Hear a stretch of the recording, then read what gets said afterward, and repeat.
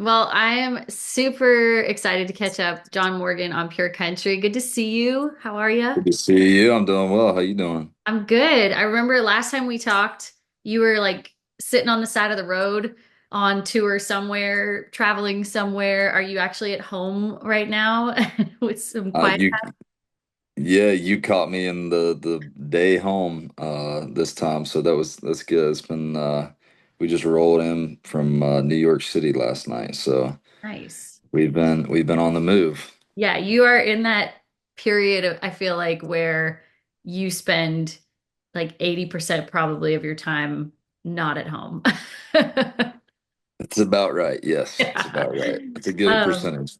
yeah. So big congratulations. Your debut single, number one on country radio. What does that feel like if you look back at the day you released it to where it's at today? Could you have foreseen any of this kind of happening with that song? Did you feel it about that song? Uh, to be honest with you, when we first wrote it, and we released it once, just with just as me, Mhm. and um.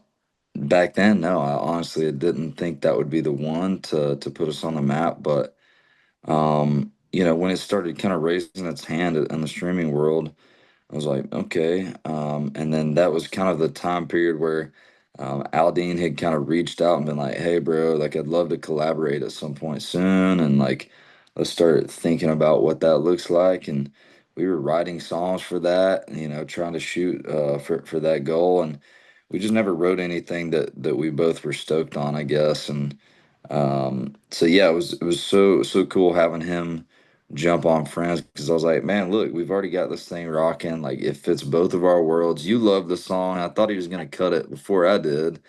So I was like, we both love the song. We might as well just do it together and do a version like that. And so once all that kind of came together, I was like, I felt a lot different about it. You know what I Yeah. mean? And what a perfect song too, because I mean, just the over the years, the friendship that you guys have built from you writing songs for him to just like him probably being a really great mentor for you as you go into like the artist world to have a song that's about friendship is kind of a cool one to have for that spot. Oh yeah, yeah. It couldn't have worked out any better. Yeah. So debut album, Carolina Blue. This is something I feel like for every artist you like dream of having that project that you get to finally release to just say like, hey, this is who I am and a collection of your work. How long have you been working on this album? You know what? As far as like choosing songs and picking songs, I'm always doing that. Like Yeah. I've started my sophomore album. You know what I mean? Like I love putting songs together and like making sure because to me, the more you live with them, the more confident you are when they do come out and they that was the mindset I tried to have for this project was like, well, if I've lived with these demos for 3 or 4 years now and I'm not tired of them, hopefully it'll have the same effect when they're out. And so I don't know, it was really fun, I would say, as far as when the project started.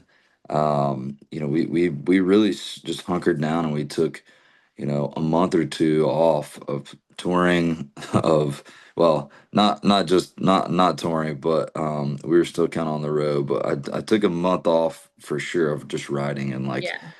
really focused on this project and the way we did it was very non-traditional which was really cool for me and I had my one of my buddies co-producer Brent Anderson and so we would just work on it when we had time, and we really blocked off like a month and a half to just woodshed it, and we did. I promise. We got in the weeds where we're like, all right, dude, we got to zoom out here. Like we're way too far in on this vocal EQ. Like we got Yeah. no one cares about this. We got to zoom out and get going. Yeah. So it was a lot of fun, but yeah, it probably took us.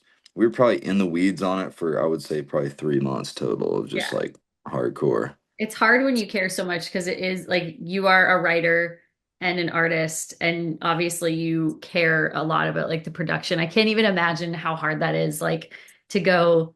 Most people that are listening when they turn on their streaming or their radio, like they don't notice that there's anything wrong or missing or that you didn't do, and like you would pick out the strangest little thing and be like, ah, we should have done Yeah. that. Yeah.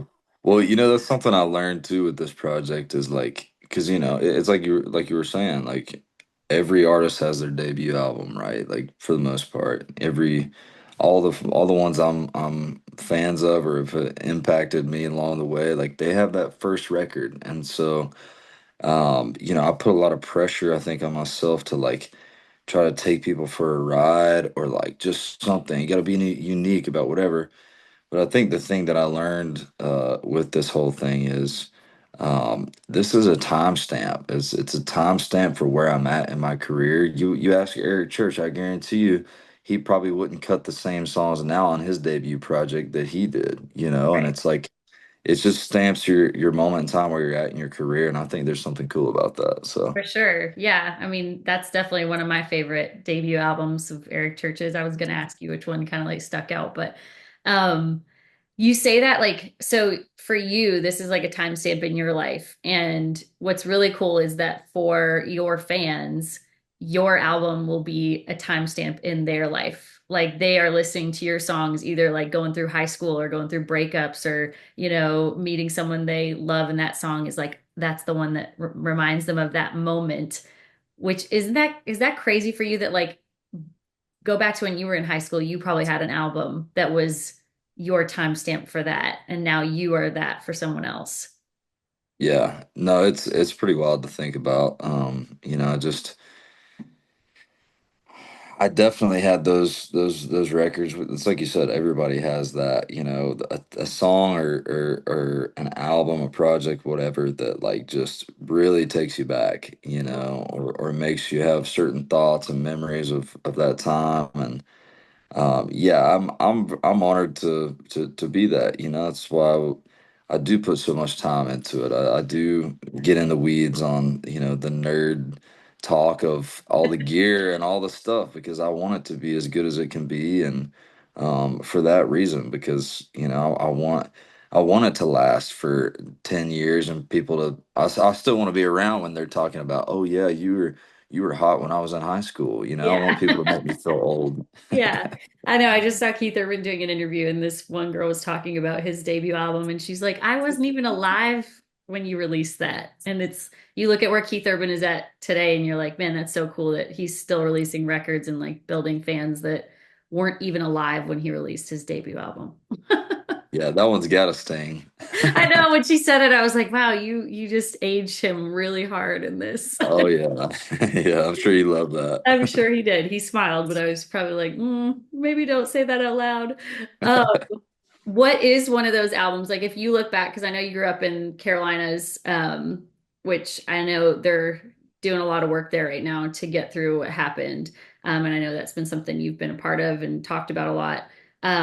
What was kind of like that soundtrack for you? If you think about like go back to your high school days when maybe music kind of started becoming at the forefront of your life, who were you listening to that kind of time stamped that period of your life?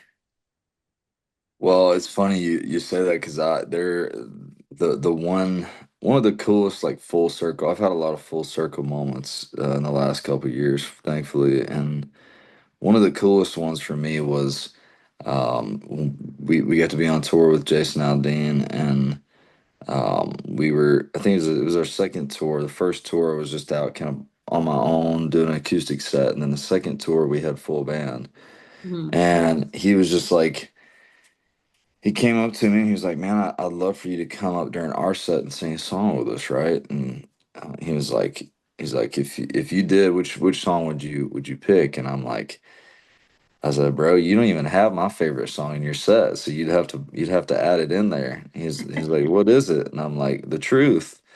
And at the time he didn't even have it in a set, and so um, he put it back in the set list just for me, and That's we cool. get to we get to sing it every night. But that was a song that in high school, it was I don't know, it's just you know how you have those faint memories of like you don't really remember what you were doing or whatever, but you remember just a feeling of like Yeah. hearing that song in through car speakers riding around doing Yeah. something, you know.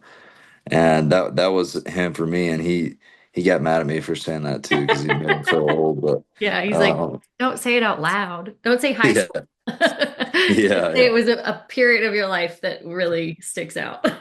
yeah, super vague. Yeah, super vague. That's funny. Well, you're going to be 30 this year, I saw. Do you have any big plans for your 30th? I'm low key in it this You're year, man. lucky.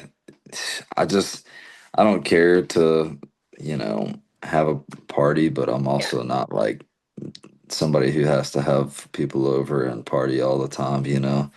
I do enjoy, I have friends and we hang out, That's but good. I'm glad. yeah, I don't know. I'll probably keep it low key this Yeah. year.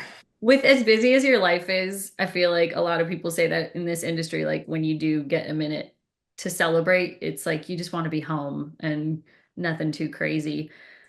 Yeah. Um, Last thing I want to talk to you about, just because on my show that I host, New and Now, we have like a writer's room section of the show, and you obviously are an incredible songwriter and write all your songs, but you have like this really cool crew that I always notice in a lot of the songs that I love with Will Bundy and Brent Anderson. What is it like to have guys that you know you can just go into a room and whatever you go in to write, whatever comes out of that, you know it's going to be something. Yeah, I mean that's a great point. There's I thankfully I have a handful of guys and girls that do that. And where I know if they're in the room, we're probably gonna get something really good. Yeah. And yeah, it's that's why it's hard for me to do new writes because I'm like, I really want to try writing with this person, but I also know I'm gonna get something really good here. So you know, it's interesting, but yeah, Lydia Vaughn, Bundy, Brent Anderson, they're all go-tos of mine that I know if we get in a room together, we're gonna get a great song.